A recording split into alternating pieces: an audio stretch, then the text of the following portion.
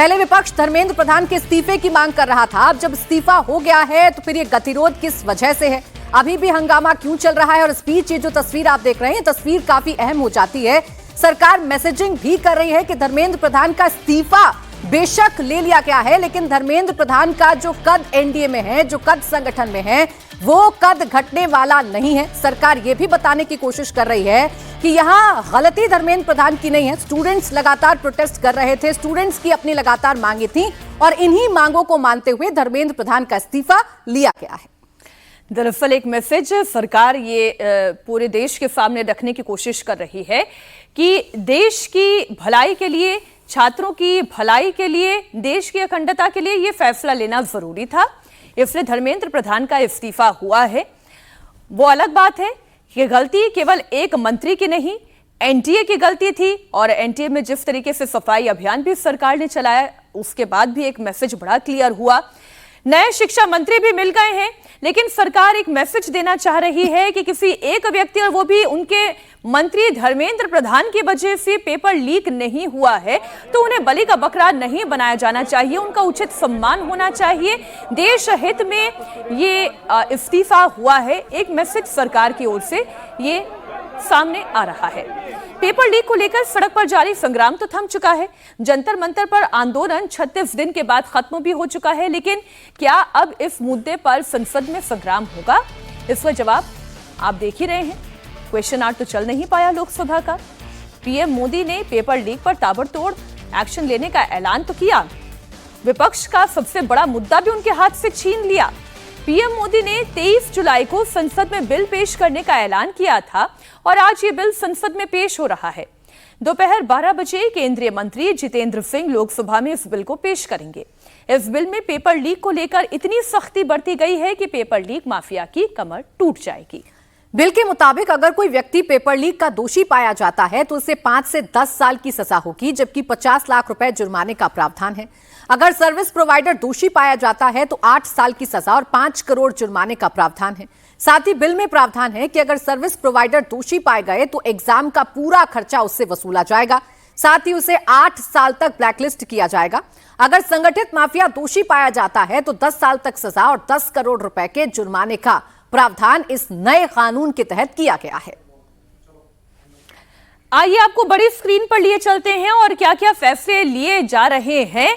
आज जो बिल पेश किया जाएगा उससे क्या उस कानून में क्या क्या प्रावधान होंगे वो आपको बता दें कि व्यक्ति यदि दोषी पाया जाता है तो ऐसी सूरत में उसे मिनिमम 5 साल और मैक्सिमम 10 साल तक की सजा का प्रावधान पिछले कानून में था और 5 करोड़ का जुर्माना था। लेकिन जब आप नए कानून को देखते हैं तो उस नए कानून के तहत आप देखें, इसमें अगर सर्विस प्रोवाइडर, इसको थोड़ा रोके ना, इतनी तेजी से नहीं पढ़ा जाएगा जी।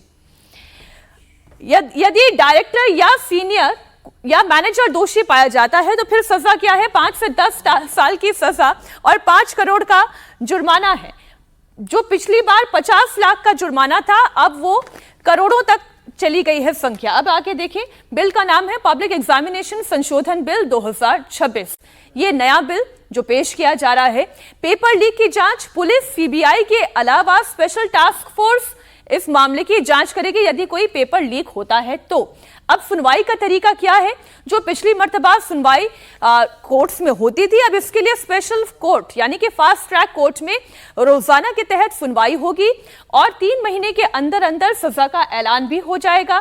चार्जशीट के 3 महीने के अंदर अंदर जांच पूरी हो जाएगी, यानी कि 2 महीने की जांच है और जो तीसरा महीना है वो फास्ट ट्रैक कोर्ट में रोजाना के तहत सुनवाई होगी और फिर सजा का ऐलान होगा। और बिल में जो नए सेक्शन है वो 12A और 12B, ये 2 नए सेक्शन जोड़े गए हैं, यानी कि पेपर लीक माफिया तंत्र की कमर तोड़ देने के लिए एक ताकतवर कानून बनाया जा रहा है। नए सेक्शन में क्या है कि सौंपे जाने के 2 महीने के अंदर जांच की प्रक्रिया को पूरा करना होगा, जिसमें पुलिस, सीबीआई और एसटीएफ काम करेगी। हाई कोर्ट में अपील यानी 30 दिन का वक्त और स्पेशल केस में 90 दिन का जो समय है वो बात सामने आ रही है। तो ये वो महत्वपूर्ण बातें हैं जो इस बिल में है। प्राची मेरे सहयोगी भी यहीं स्टूडियो में मेरे साथ मौजूद हैं। ये फैसला जो प्राची दिखाई दे रहा है और जिस बिल को लाने की बात हो रही है वो ये साफ कहती है कि सरकार कितनी सजग है और कितना मजबूत और ताकतवर कानून लाने की बात कही जा रही है। बिल्कुल, देखिए मीनाक्षी, जो आप बता रही हैं वही बड़ी बातें हैं कि अब एसटीएफ और पुलिस, सीबीआई ये सब इसकी जांच करेंगे। फास्ट ट्रैक कोर्ट में रोजाना इसकी सुनवाई होगी ताकि जल्द से जल्द दोषियों को सजा दी जा सके। चार्जशीट के 3 महीने के अंदर ही फैसला होगा। 12A और 12B नई धाराएं जोड़ी गई हैं। केस सौंपे जाने के 2 महीने में जांच पूरी करनी होगी, ये बड़ी बात है। अब 2024 का कानून और 2026 के कानून में अंतर क्या है ये समझ लीजिए। 2024 के कानून में था 1 करोड़ का जुर्माना, जिसे बढ़ाकर अब 5 करोड़ कर दिया गया है। 5 करोड़ का जुर्माना दोषियों पर लगेगा। पहले था एग्जाम कॉस्ट की वसूली की जाती थी, अभी भी एग्जाम कॉस्ट की पूरी वसूली की जाएगी। इसके साथ ही साथ 4 साल तक ब्लैकलिस्टेड किया जाएगा अगर कोई भी इसमें लिप्त पाया जाता है। अब इसे 8 साल तक ब्लैकलिस्टेड कर दिया गया है, यानी कि 4 को दुगना करके 8 कर दिया गया है। इसके अलावा डायरेक्टर, प्रबंधन इंचार्ज को 3 से 10 साल की सजा और 1 करोड़ का जुर्माना 2024 वाले कानून में था। जो 2026 के कानून की अगर बात करें तो डायरेक्टर, प्रबंधन इंचार्ज को 5 से 10 साल की सजा और 5 करोड़ का जुर्माना देना पड़ेगा।